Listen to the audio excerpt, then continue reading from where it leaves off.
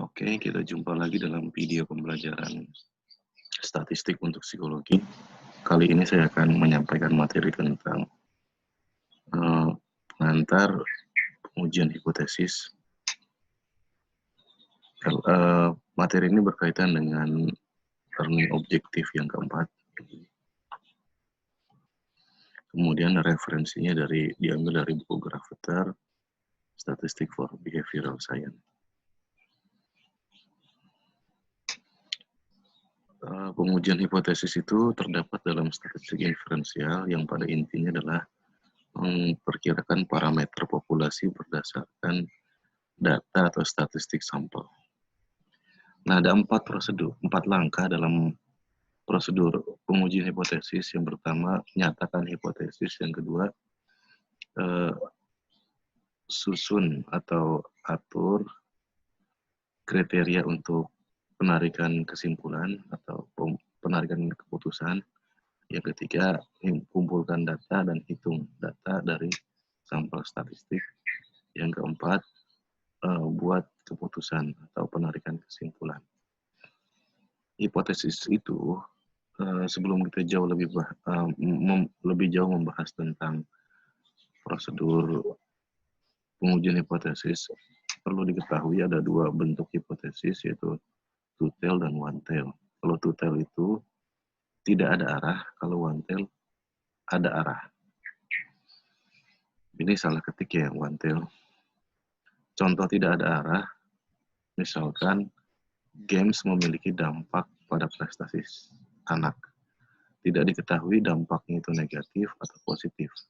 Atau dampaknya itu menurunkan prestasi atau menaikkan prestasi. Yang jelas, game itu memiliki dampak, maka itu two-tail. Jadi tidak ada arah positif atau arah negatif. Sedangkan one-tail adalah sebaliknya, yang sudah ada arah dalam hipotesisnya. Contohnya, rokok memiliki dampak negatif terhadap kesehatan. Ini sudah ada arahnya berarti pengaruhnya atau dampaknya adalah negatif. Nah, untuk memudahkan pemahaman kita tentang pengujian hipotesis, saya akan membawakan satu contoh. Seorang psikolog yang ingin melihat efek stimulus pada bayi baru lahir terhadap perkembangan berat badan bayi tersebut. Nah, data dari Departemen Kesehatan didapat rata-rata berat badan anak usia 2 tahun adalah 26 pon. Ini adalah MIU-nya dan berdistribusi normal dengan standar deviasi 4 pon.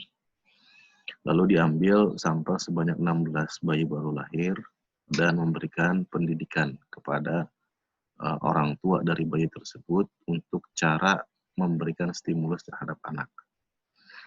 Nah, anak usia 2 tahun yang setelah yang ibunya diberikan pelatihan stimulus itu, kemudian ditimbang, sehingga diperoleh berat badan rata-ratanya adalah 30 pon dengan standar deviasi 4. Lalu, pertanyaan yang timbul adalah, apakah ada hubungan yang signifikan antara stimulus yang diberikan pada masa bayi terhadap berat badan bayi tersebut? Nah, dari pertanyaan ini, dapat dipastikan hipotesis yang disusun adalah two-tail, karena tidak ada arah apakah stimulus itu menaikkan atau menurunkan berat badan bayi. Nah, langkah pertama untuk pengujian hipotesis adalah kita nyatakan dulu hipotesisnya.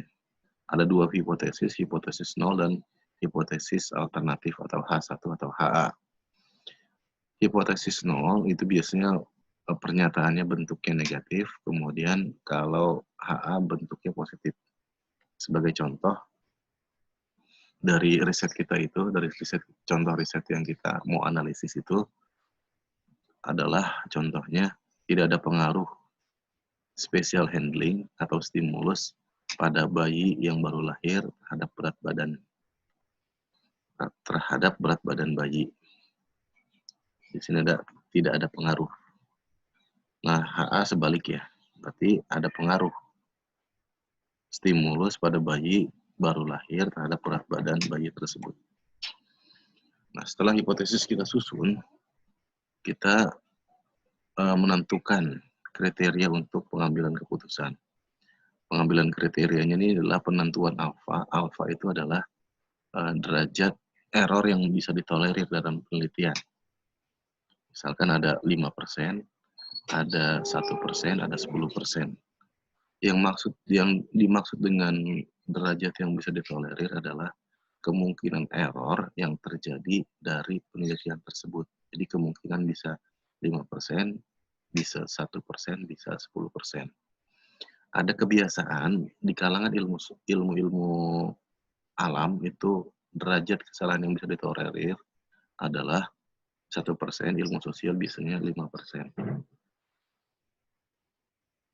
Nah, makna dari 5% derajat yang bisa ditolerir itu berarti kemungkinan error yang terjadi dari penelitian ini adalah 5 kali jika dilakukan 100 kali pengulangan. Nah, kalau digambarkan dalam kurva berarti kalau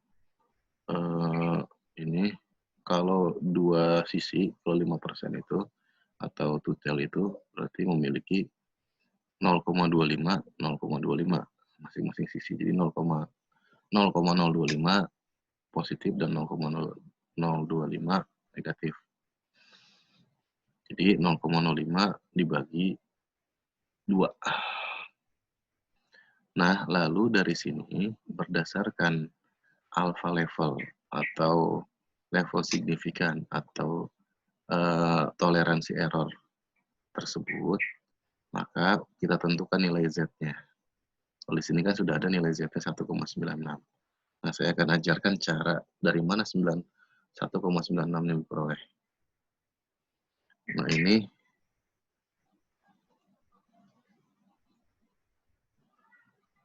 kita lihat di tabel. Dalam Google Grapher ada tabel unit normal tabel. Nah, di sini kita lihat proportion intel. Proportion intel tadi kan 5% atau 0,05 dibagi 2 berarti 0,025 atau 0,025. Kita cari di proportion intel 0,025.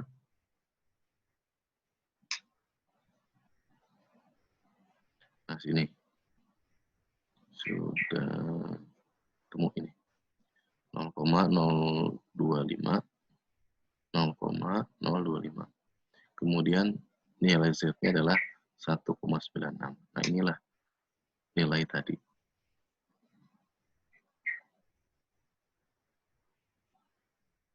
Ini nilai tadi itu diperoleh dari tabel tadi. Selanjutnya, setelah itu kita kumpulkan data dan hitung sampel statistik. Z itu, Z test, formulanya adalah Z sama dengan M dikurangi mu dikurangi dibagi dengan standar error.